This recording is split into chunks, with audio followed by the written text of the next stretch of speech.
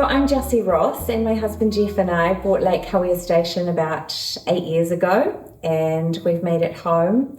We bought the station with a plan to experiment with how agriculture could be a solution to the climate emergency.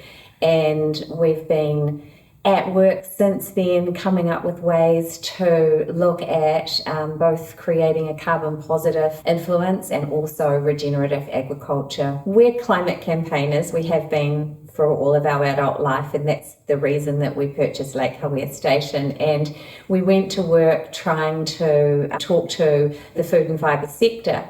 Can you imagine what it's been like to have someone come along who can actually make the food story real? Stunning. I'll just tell you what you've got in front of you. So the burger is some wild shot Vinny from the region.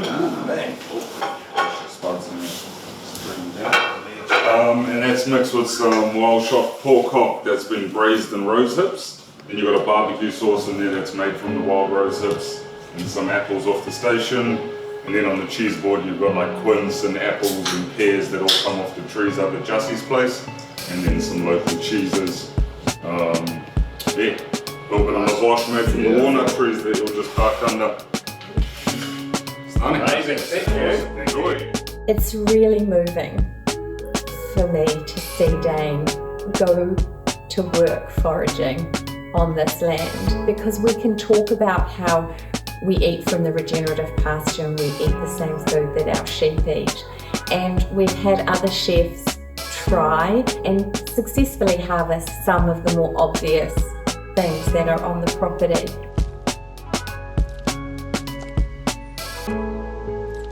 That's the thing with shrooms, you have to be so careful. So many species look so alike, but you don't end up like our auntie in Aussie, You don't want to be killing the in-laws. They're all so pretty though, I don't know those species, I definitely know it's not edible. Usually when they look too Alice in Wonderland. But you stick to the breeds you know, you keep learning. Forage with other people who know how to forage. Follow Peter Langland's.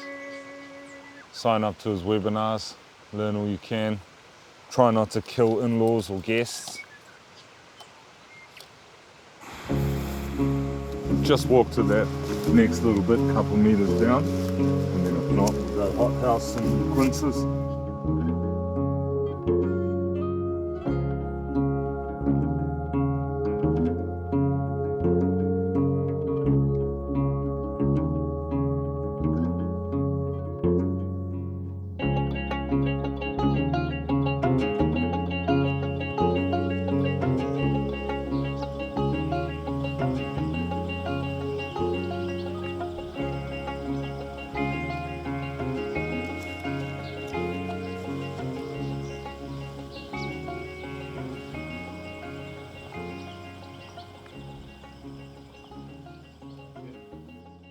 This is just some of the amazing garlic we grow on the station.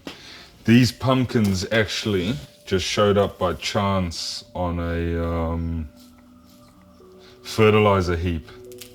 Essentially it's like all the waste wood and stuff around the place that washes down the hills, and then it gets like this seaweed liquid poured over it, and like in 6 months it's fertilizer. It's crazy. It's like black gold, And then all these pumpkins just from rogue seeds or who knows how, just started popping up in there. These are the quinces from the homestead tree. They're ridiculous. So sweet and fragrant.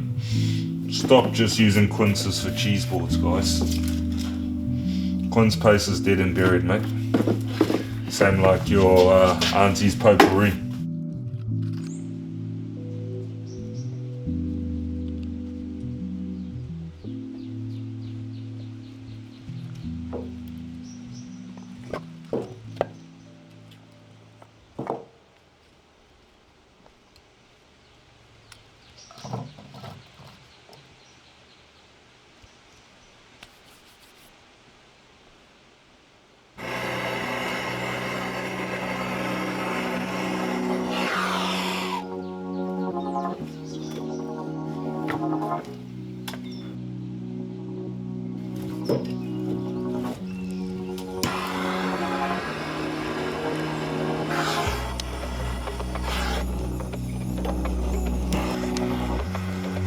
So you've got a great oven in there, you've got all this space to cook. Why out here on the fire? Why fire? Well, cooking over fire is what makes us who we are, right? It's primitive, it's in our very core. It's the difference between us and monkeys. First fires were found in South Africa. It's the reason why we are the best people in the world and also make the best braai vleis on earth. Yeah, I know they say it's the Argentinians right now, but I don't know, mate. We started this gangster shit. Yeah, so tomorrow we're gonna try our very best to give some people a couple of tools they can take home and then cook over fire with. The reality is, in a one-off cooking class, you're looking to give people as many nuggets as you can that they can translate to their own life and cooking and what they do. Yeah, so it'll be more just touching on little techniques to use fire to improve their everyday life, everyday cooking.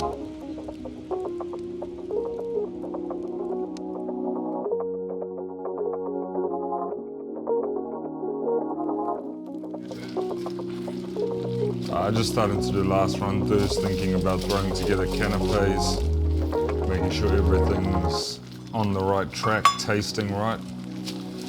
Taste is God. If you're of that view, taste, taste, taste, don't. All comes down to taste, mate.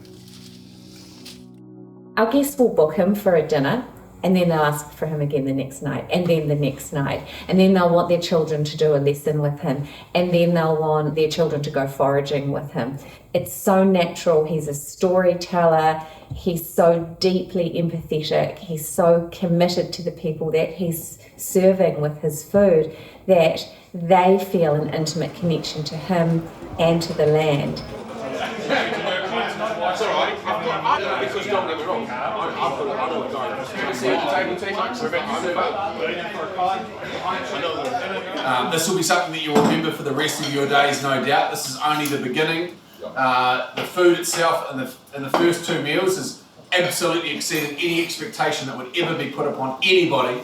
And it just continues to grow. We're in for some amazing memory-making times, and that's what we're here about. We're here to put some trees into the ground so that you'll be able to come back for generations to come, point at those trees and know that you had a part to play in the restoration and the rewilding of this amazing space that they get to call home and be custodians of. So to Annie and the team and to chefs, thank you so much for having us here, and this is going to be an incredible kai, so enjoy.